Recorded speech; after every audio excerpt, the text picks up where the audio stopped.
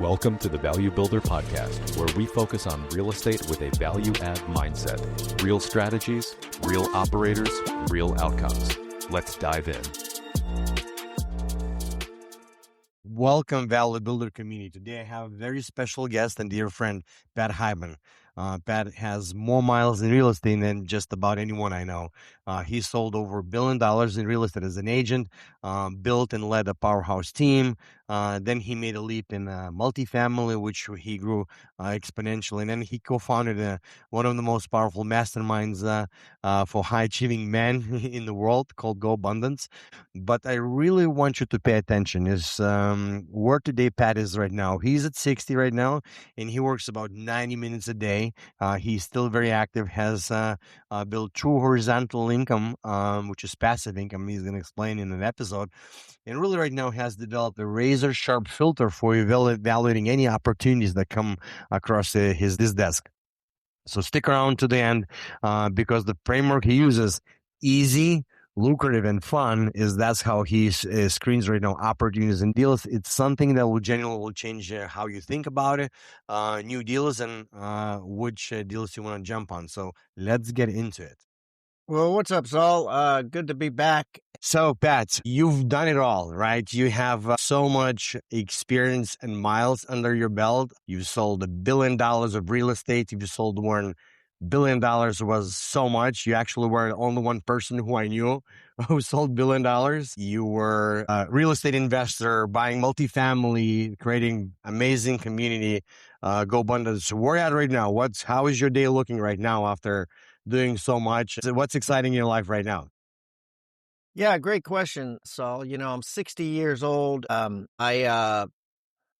have my main house where I live. My primary residence is in Folly Beach, South Carolina, where you've been. You visited me like the first month that I lived there. I think that was probably 11 years ago, if you remember that. Yep.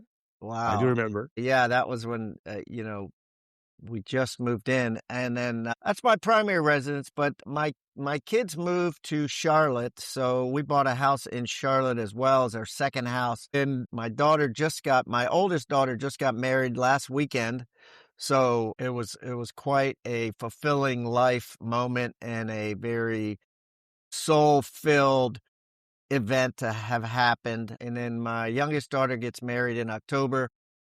As far as on the work front, I work like 90 minutes a day, I think, which is good for me most of the time. I think that sometimes I do get bored, certainly, but not enough to want to kind of take on any new endeavor that I'm going to be beholden to. I've kind of reached a point where I believe that I have enough. Mm-hmm. Yet at the same time, I'm addicted to the game, and I like to, move money around for the sake of moving it around and, sell things and buy things and look at investments and just count my cards, so to speak. So, that's kind of where I am in life. I've tried in the past to take on hobbies that are more like my thing, like a friend of our friend spends 3 to 4 hours a day playing pickleball. I tried to pick up pickleball. I was into it for about 90 days and, haven't done it since. I try to pick up things here and there, and I can last about 90 days, but yeah, I just have these conflicting thoughts in my head about, whether I want to be beholden to something or not. Yeah. So anyways, that's my life. That's awesome. First of all, congrats on all the weddings and saw pictures, amazing. It seems like it was an amazing party on social media. Yeah. It was great. It was great. So 90 minutes a day. Wow, that's fascinating. Do you mind sharing what is that? 90 minutes a day, you just looking for the hobbies, or it's more just moving? No, that's just you're more looking like funds email. around? Yeah, I would say checking spreadsheets, answering emails, might be at GoBundance. We have about 42 or so employees at GoBundance. I think I know maybe 5 of them firsthand. We have a CEO, Matt King. I might speak to Matt once a week. I might try to text with him once a day or once every other day. I might, it's a very hands-off business. Luckily, my partners, kind of grew up in the Keller Williams world where the belief structure is to, grow yourself out of a business And that's what they've done with GoBundance. So as the elders, so to speak, or owners, we've kind of grown our way out of it. So there's no requirement on our part, needed less and less as it goes on. And so, I mean, that's a good thing. But at the same time, busy ADHD entrepreneurs, as we all are, yourself included, we look for things to fill those. Anyways, That's awesome. one of the things I just did actually that's new, if you ask what's new and exciting, one of the things we just invested in to fill that gap is with Ken Wimberly. Remember Ken? Yep, I do remember. So Ken Wimberly created a company with a guy named Skylar Williamson, which is a laundry company. It's a laundromat company, essentially. It's how McDonald's has, sometimes you go buy McDonald's and they have playgrounds in them. Yep. So Laundry Love has playgrounds in their laundromats. They also have a free library in their laundromats where the kids could take books and they get to keep them. So it's community service. We stock them with children's books that the children can keep. Interesting. And, so are they like in a shopping centers that are standalone buildings typically ground up? Shopping centers, and we rent them. So there's 4 of them, and we're looking at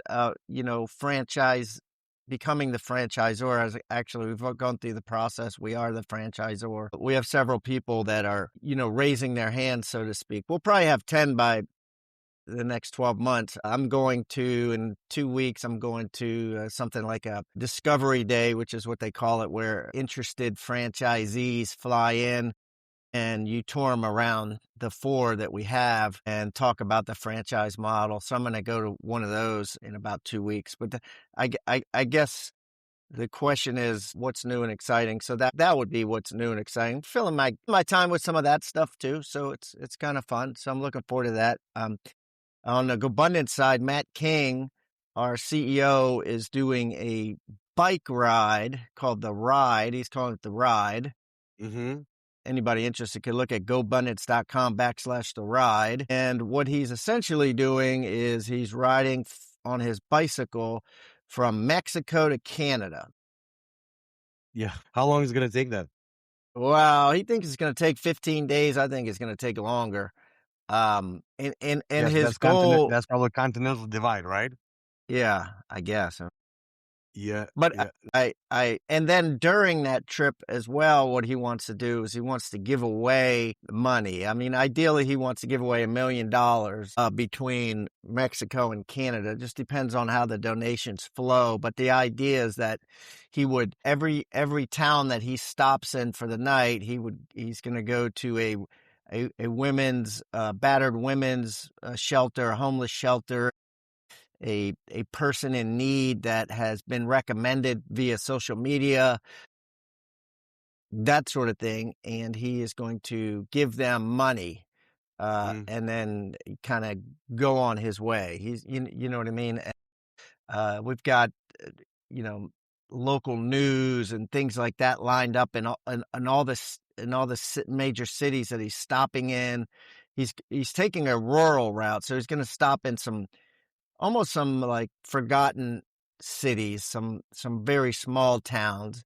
And he's going to pre-plan for the most part, like who's going to get the money when he arrives in that town. Does he have like a team or he's doing it on solo? Oh yeah. He's got a whole team. He's got two vans full of people. He's got eight bicycles that he's bringing. So you could jump on and ride with him. I'm going to meet him for 3 days from Dallas to Oklahoma City and ride with him for 3 days. Actually. Yeah. He has some famous people riding with him. I think Jesse Itzler's slated. Sahil Bloom, who wrote the 5 Levels of Wealth, is going to ride with him one day. So he's got some fun people riding with him. So yeah, so it's that happens at the end of May, beginning of June. Yeah. So everyone, guys, look it up, and if you want to participate in donation, I really think it's a great cause, and Matt is a great dude. I saw him rise. I think you found him, right? And then he worked with David, and then he became a CEO. So it's Yeah, I It think you was, met him, when he was super young, like probably yeah, 21 or so. Yeah, when you first met yeah, him. yeah. He's a great, Funny how time flies, huh? great man. Awesome. Mm. Yes, definitely would like to check it out.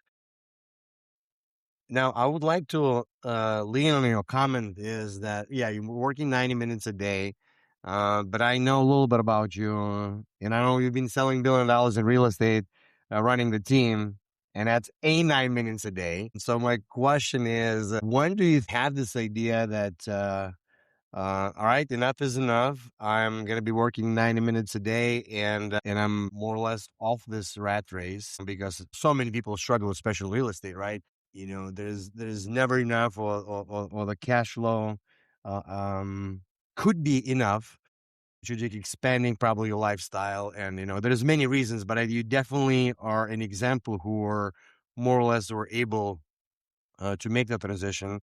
So I guess clarifying question: do you remember that moment or time or event when it was, maybe it was couple, because I know you transitioned from agent to real estate investor, then passive investor. Do you remember those moments? Yeah, I remember there's a lot of them. I mean, well, I think what helped me was first and foremost when the crash happened in 2008, Mm-hmm. 2009. Looking back, I mean, this is an interesting question that you asked. I think that that was kind of a catalyst for me to quit Mm-hmm. real estate sales. I'd always been in the sales end of it where income was earned at 2.5%, 3% at a Mm-hmm. time, right? So one deal at a time, one transaction at a time. And, I guess between, say, 2006 and 2009, a lot happened to me. I went to Keller Williams. I was the regional director for the state of Maryland and DC. Mm-hmm. I did that for about 7 months before I got fired for essentially insubordination. I mean, I would have certainly fired myself looking back on it. I take full responsibility, but I think that was traumatic for me. And then the other thing, even more, that was traumatic for me was just the market crashing. I mean, we were doing Mm-hmm. like we averaged 41 units a month. And I can remember one month going to 8, like literally, like it was like, I don't know, let's say March. It was like March. I'm making up these years, but I think it was like March 2006 compared to March 2007, I or remember March that. 2007 compared to 8. One of those, we went from 41 to 8, and and we couldn't sustain that, but I would have to start giving money back. Mm-hmm.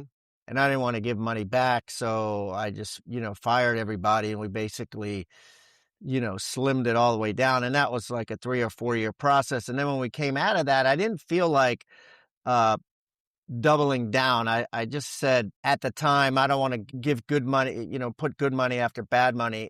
So that's essentially when I quit Mm-hmm. sales. And the reason that I'm bringing that up is because I think those were traumatic times, but they actually got me to quit, which in hindsight is great. So certainly, the real estate market has crushed it since then. Not since then, but once it started getting cooking again. Yeah. Let's just say, what do you want to say? The last, 2000, well, that's right? probably when it was at its bottom. That's where we had all the REOs and Mm-hmm. all those REOs. Remember that? Yep. Yep. Yep. We're Yeah, selling a lot of I them. would say probably like, the money's been made, let's just say for the last 8 years, there's been a ton of money made. Mm-hmm. I missed that. I wasn't in that. I wasn't making commissions into that market, but I don't regret it at all. I mean, I'm glad. I mean, we've had GoBundance and we've had DAPT Acquisitions, which is my Mm-hmm. investment company where we buy apartment buildings in tertiary markets of Atlanta, Georgia. And we've accumulated about 3,000 units that we currently still have. And, all those things happened. I don't know if they would have happened if I hadn't have quit selling real estate, or if I was selling real estate, if I might not had the time to put into them or the care. I might have said, well, I that those are distractions.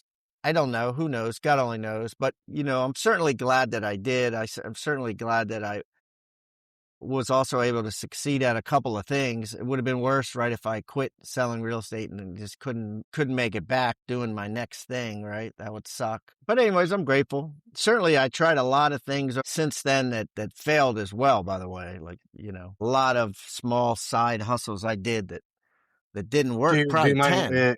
touching on that, just unpacking them? Do you regret on all of them, or any of them hit? Well, I believe, of course, GoBundance is a massive hit, right? I think that great success story. But do I you mean, overall, do you think regret going in those side hustles in those startup businesses, or in hindsight, actually was a great idea because that maybe led to GoBundance, or no? If you go back, let's say, would you do it again?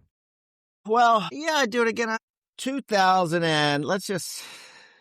So in 2011, I wrote my book, 6 Steps to 7 Figures. And my Mm-hmm. goal was That's where I met you the first time in the family reunion. was that right? Yeah, I was standing in line. Mike Sloan gave me the book, and you signed the book. We did not even know each other, but I'm like, oh, it was a great book. So just, sorry interrupting, but That was one of the best days of my life, I think, looking back. I mean, so what I did was I wrote the book, and my goal was to be a New York Times bestseller. I said, I don't want to do this and be like, nobody's going to read this. This is just an ego job. It's just a business card.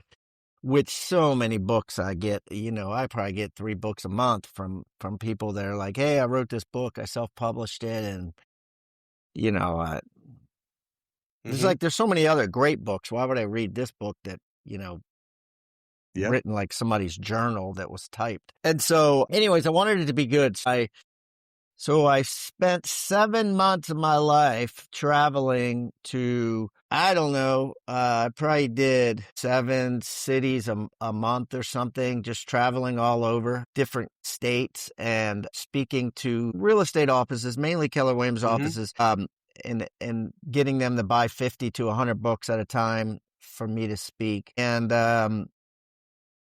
then it hit, and then I got them to all pre-order it. So then they pre-ordered it, and then on the day that it came out, all the orders were put in. And then Mm-hmm. I also spoke at that Keller Williams convention, and Gary Keller recommended it. And then on top of it, he said, and by the way, buy 5 of them, because books always sink in better if you create a little mastermind and discuss it with people. Mm-hmm. So then we had some deal. If you bought 5, you got a discount. And man, I walked off of that stage, and we had a booth there. They said with Mike Sloan. Sorry interrupting you. I bought a box, and I was running a team, and I had to check in those books, flying from, I believe it was in Austin, Chicago. So I did that. That's awesome, man. Yeah. That's beautiful. Yeah. So, and then, so I think we sold like 3,500 books, right? Like that day, Mm-hmm. and then the next day it came out, and that was that. So we hit the bestseller list, number 6 on New York Times, and that was just such a great manic day. It was so intense because we spent like 2 days before that trying to sell 1 book at a time, and no one wanted to even look at it. They're like, "What is this? A book? Why would I buy a Yeah. book?" There's all these other gadgets you can buy at a convention hall for a real estate company. And they're like, I'm not going to buy a book. And then I don't know anything about it. And who are you? And then as soon as I was on stage, it was like night and day difference. And then we just sold out. It was just so crazy. Anyways, so I did that. And then I got home and I said, okay, now let me settle a little bit, because I've been away from my family doing this book tour thing. Let me become a coach, like Mike Ferry or somebody, I thought I could be a real estate coach. I could coach other real estate agents. And I started taking some courses and listening to some people that coach and how to coach and da-da-da-da-da.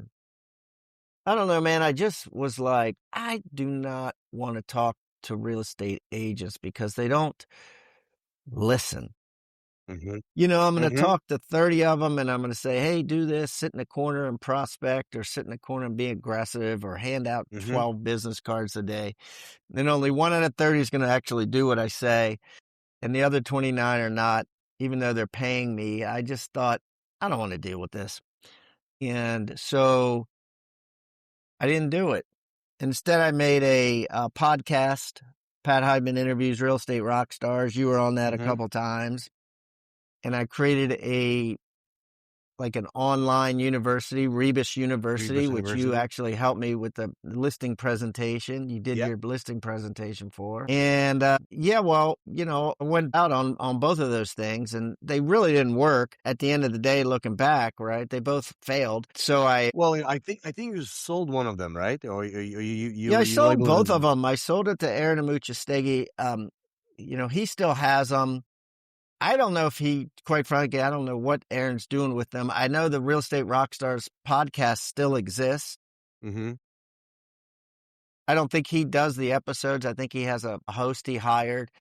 I haven't talked to him about, whether it makes money or not, but I don't really regret it. I mean, that was like I think it was before COVID. So it was like 18 or 19. So time flies, man. That was probably 7 years ago. It's crazy. So anyways, I was able to sell it, which I was happy to be able to do. And I didn't get a lot of money for it, but I got out of it. I was telling some kid yesterday, I said, I'm part of the Joe Polish belief of ELF, ELF, which is easy, lucrative, and fun. Any easy, business lucrative, or any and fun. Easy, lucrative, and fun. This is great filter, man.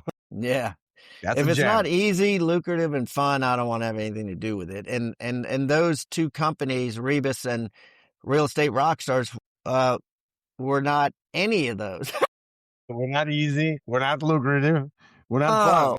And I remember going down, I had a podcast studio in my garage, and I can remember I got to the point where I'd open the door of the garage and be like, I don't want to do this again. I don't want to talk to another agent about sphere of influence and the same thing over and over and over again.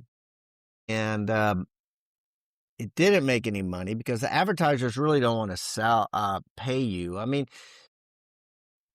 Joe Rogan and some of these other guys, they're anomalies. Like the advertisers just do not pay nothing, pennies, right?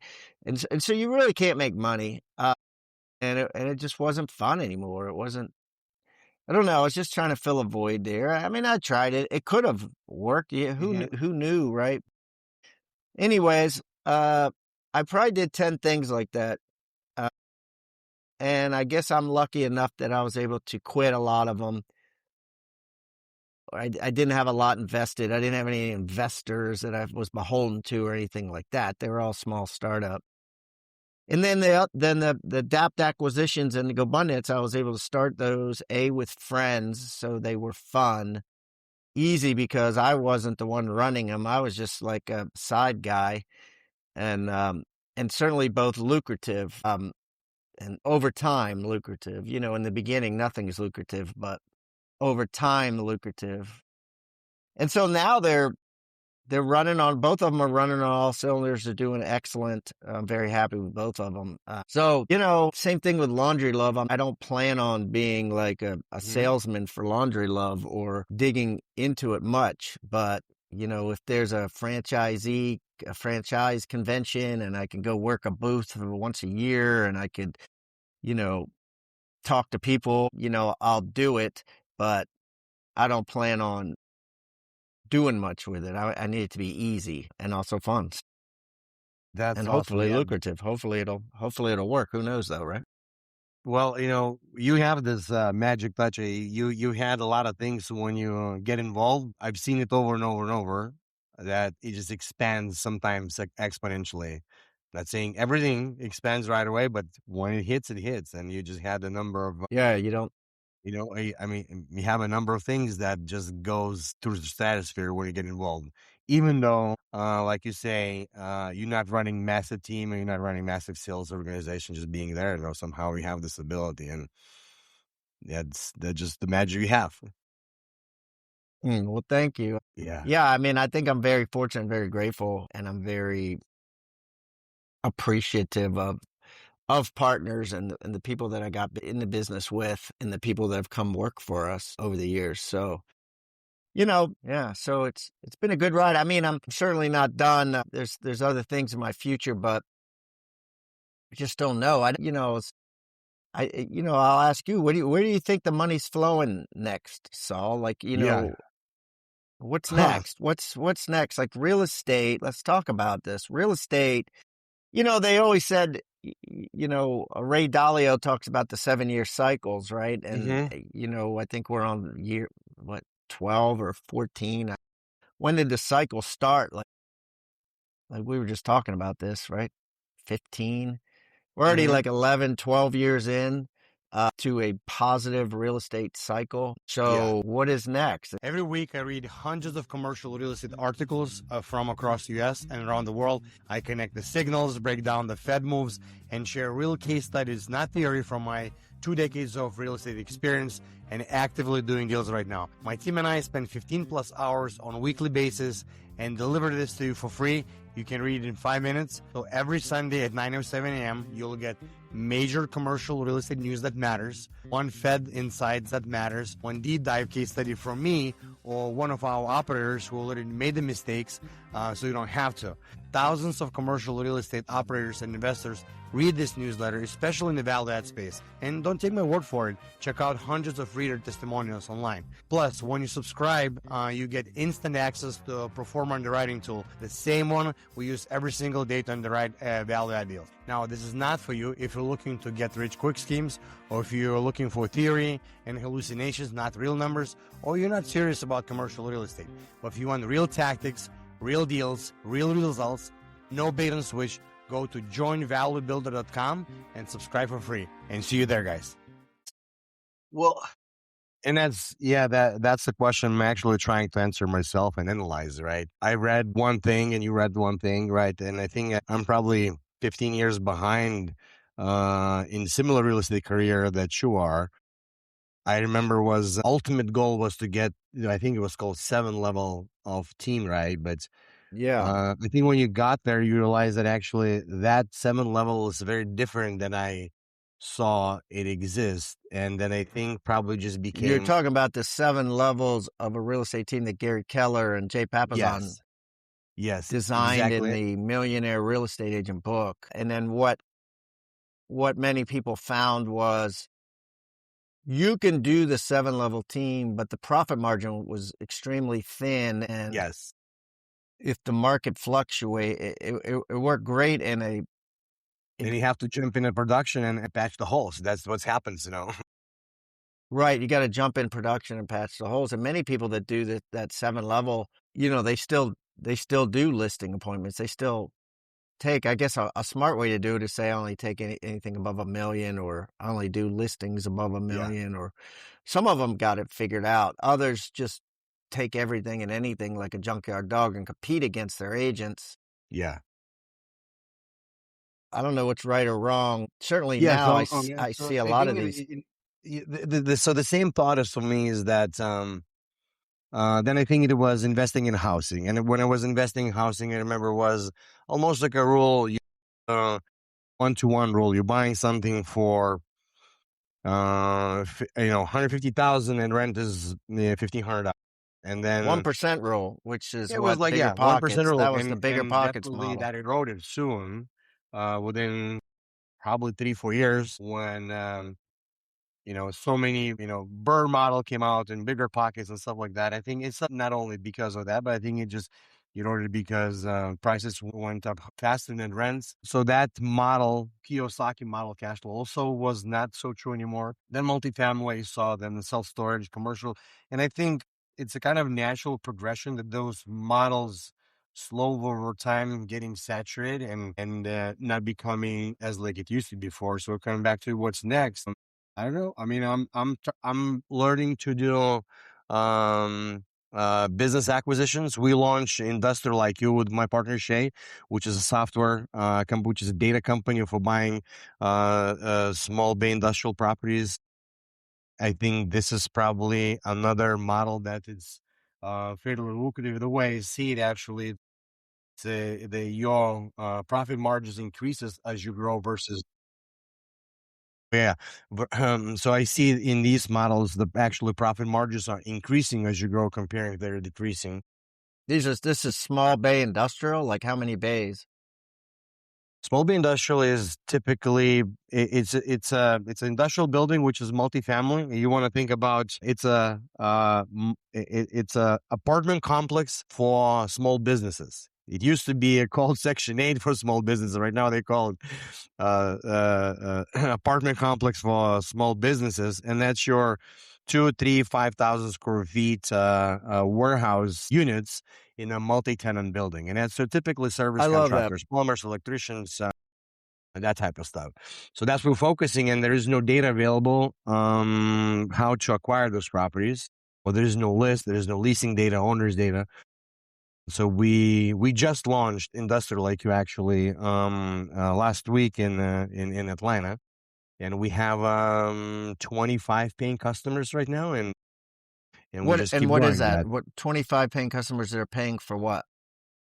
They paying for access to that software, and the software provides a list, nationwide list for those properties nationwide because they're nowhere classified. Those properties So you typically could yeah, so they're not listed because there's pretty much nothing is on market right now, or very few. Or if there is some, there is 10 offers right away, and there's probably 120,000 of them nationwide. But yeah, there is leasing data and there is owners data, and there's entire list. Right, we don't have an entire list. We keep building it. We build the major markets.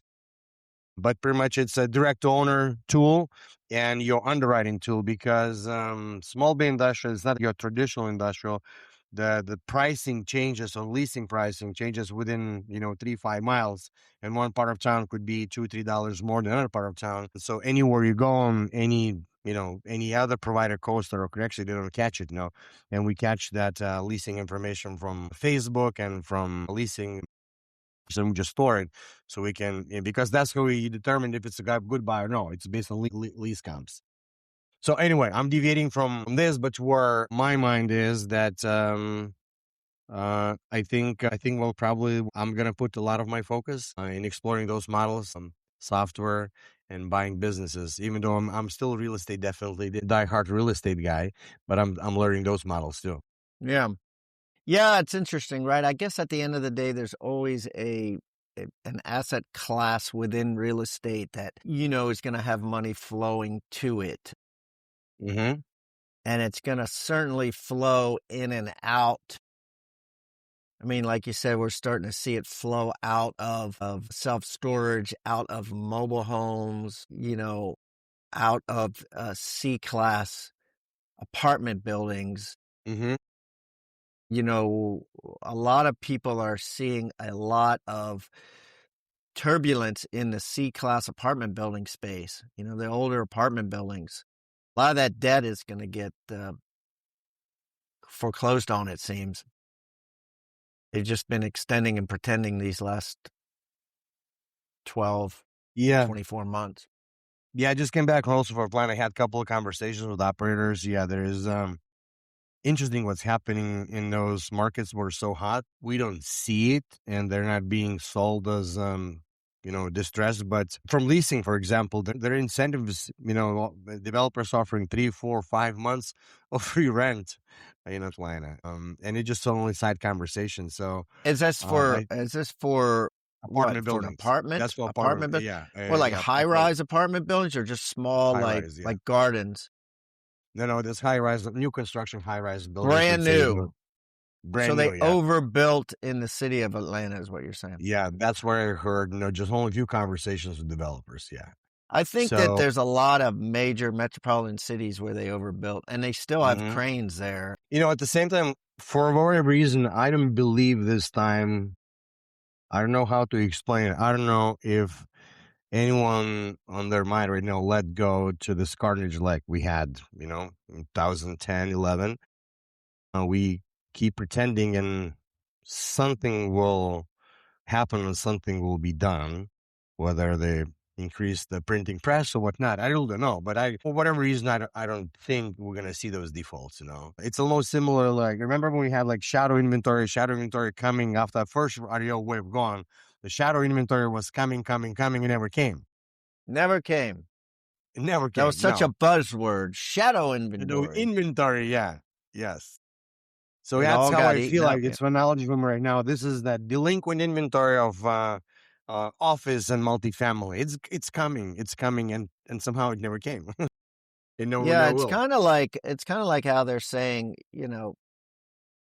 I mean, that a lot of what you read, and you have. So you certainly have saturated areas, like you said, in Atlanta and some of these metropolitan areas where people just came in hordes and are still coming, but the developers have just positioned themselves so far ahead, and it's taken so long to build that are they going to be able to catch the wave? Is it going to be over by the time they finish these things, Yeah. or is it over now and they're getting stuck? But I don't know. I mean, but then you hear other things about how, there's not enough housing. Like there's not enough Mm-hmm. affordable housing. There's not enough places for people to live. And you got all these people Mm-hmm. living in their basements of their parents' house. And, I don't know. I don't know who to believe. Yeah. Yeah. That's true. Yeah, but I know we'll always adapt and we'll figure out the way. That's how I see it. Yeah.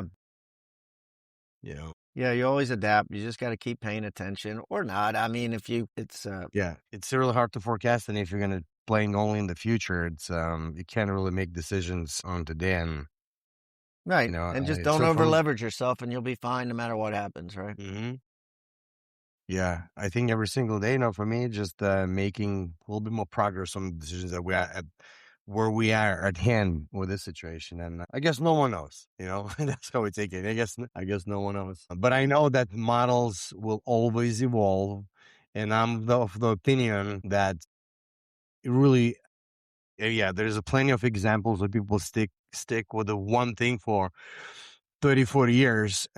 But I think it's wise, at least for me, to keep learning and keep trying to jump on another model that's evolving. Yeah. Yeah. I think that's easier to hedge the risk this way instead of trying to grind it out, because you can grind it out. You can grind it out in mobile home parks, and plenty of people who are stayed for the last 30 years in there. But I think it's easier to learn new models. That's how I see it. Yeah. Yeah. I like it. It's more exciting too, right?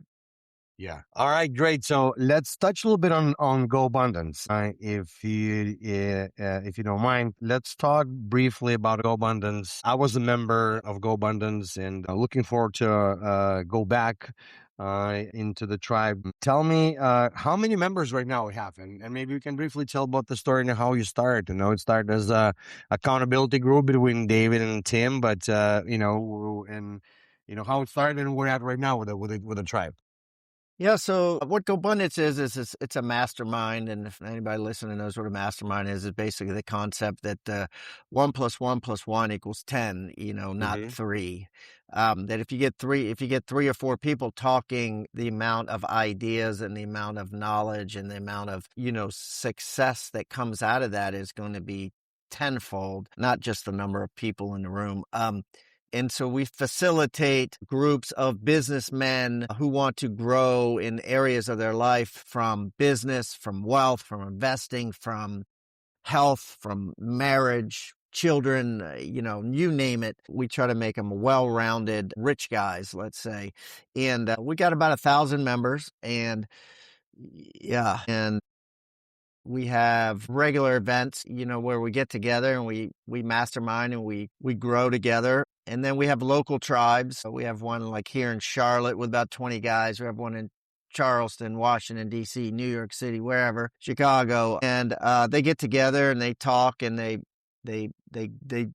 we request them to help them grow. And of course, you can go GoBundance.com is the website. Now, how it all started and what it's all about, basically 1997. Wow. So 1997, 2007, 2017. Was that 2 years ago? 29 years ago?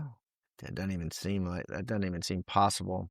Mm-hmm. That doesn't even seem possible. David Osborne and I met at a conference in Scottsdale, Arizona. We were both young real estate people, and we became what they call peer partners, which is where we kept each other accountable to tracking where we're putting our money, what we're investing money in, what we're doing every day. Mainly then we were focused on working. Like we would focus on how many hours did you work today, and how many hours were dollar productive. Like how many hours I was a real estate agent. So I was focusing on, how many hours I spent prospecting for new business, meeting with sellers, meeting with buyers, closing deals, versus how many hours I worked to keep me from doing dumb stuff that Yeah. wasn't productive.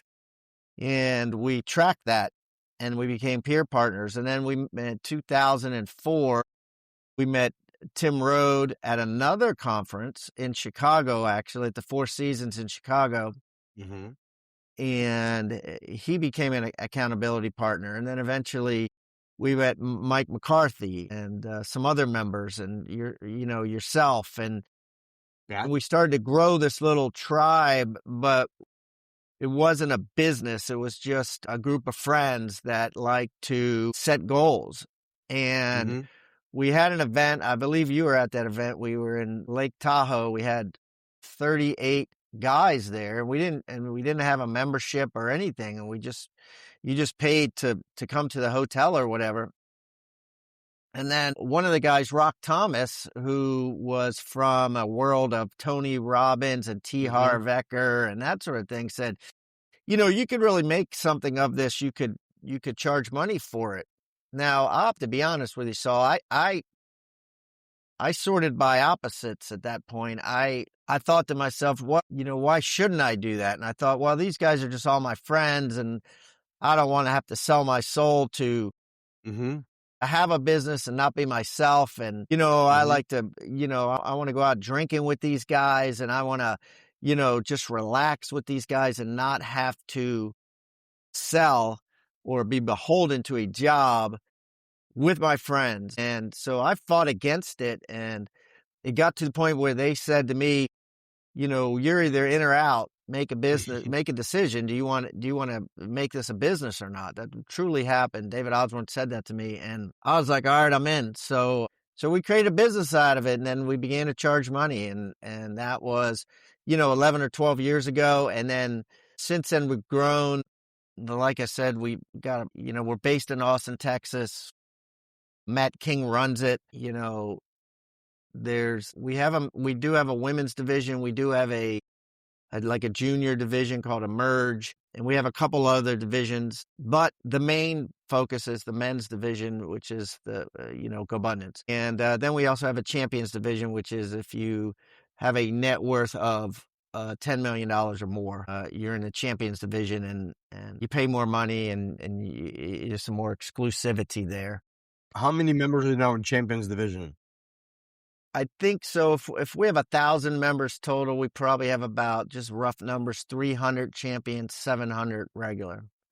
And then we probably have another 200 or so in the junior division. We have 200 women. So if you add it all up, it's about 1,400 in all the divisions. This was a super growth. Wow. And, we're on a growth trajectory. I mean, we're spending money on marketing. We're spending money on, things that grow. We're having every month we add members. Our growth outpaces our attrition, which is good. So, we're happy. We've got big goals. And, that the interesting part about that, and I think one of the reasons it succeeded is because, number one, it was based on a bunch of friends. And, there was an article recently about founders of companies that last versus founders of companies that don't. And one of the key factors was the owners like each other, the partners like each other, partners are friends. So there's a soul-based connection that you're like, well, we're all friends. You know what I mean? Like, I'm not going to get too upset about that because I'm friends with the partners. And I think that's helped a lot. We've been through a lot together and we've, done a lot of cool things together. So anyways, that's going great. And so those are the partners who I actually invested in Laundry Love with. We were able to buy out a partner of Laundry Love. The four owners of GoBundance bought a third of that company from one of three partners. And then same thing with Dapt Acquisitions. Those same partners own Dapt Acquisitions along with Andrew Cushman, who runs it. So I've been very fortunate in having some similar business partners in these things that tend to work. and we tend not to expect a lot of each other, meaning, we did in the beginning where hey, we're all in this together. Let's all show up to this event and let's make this happen. But now that it's running, we don't expect a lot. And so I think that helps, because you're not like, oh, I did this and he didn't, you know what I mean? Or I recruited 5 guys and he only recruited 2. We don't have those conversations anymore. So anyways, I've been lucky. So that's kind of what happened. It's been more of a natural. That was an organic growth. There's no debt on the company. There's no, which makes it great, right? So it was really just kind of having fun, hanging out, and it turned into a company. Yeah, it definitely fits the bill of easy, lucrative, and fun. Right. Easy, lucrative, and fun. And it's very interesting distinction that you did not start as a business. It started something as fun with friends, and eventually just had a organic growth. We don't have to put Facebook ads and try to sell it and have a funnel, and it just grew. It just grew. Yeah. And I think that all of our members are through referral up until this point. This will be the first year, 2026, that we've actually decided consciously to start putting money back into the business in the form of marketing and growth. We never did that before, so we're gonna try it out this year, see what happens. That's great. Yeah. So anyone who is listening, guys, definitely check it out. GoBundance, really amazing group of guys. You'll travel the world. You'll hang out with like-minded people, and your goals will be, manifested. Exactly. So anything else you want to add, Pat? Where people can find you? Where people can find you if they want to reach out to you? I don't post a lot, but I'm on social media. You could just Google me and find me, but I'm not like this huge source of information. It's more personal stuff. You're welcome to email me. It's my first name at my last name.com, pat@hiban.com. You could go to gobundance.com. Check out gobundance.com/the ride. Maybe donate some money to Matt's cause and in helping underserved people in need in small towns across rural America while he's on a bicycle. Every little bit helps. I will do that. So, yeah. Awesome. All right, Pat, it was an amazing show. Thank you for all the wisdom. I got easy, lucrative, and fun. That's going in my notepad. That's really good to filter for me and probably for all listeners. Thank you again. Hope to see you at some point. And thank you, Pat. All right, so good to be here, buddy. Great seeing you. You've been listening to the Value Builder Podcast. For more strategies, stories, and episodes, head to valuebuilder.co or subscribe on your favorite app. Always make it better than you found it and keep adding value. See you in the next one.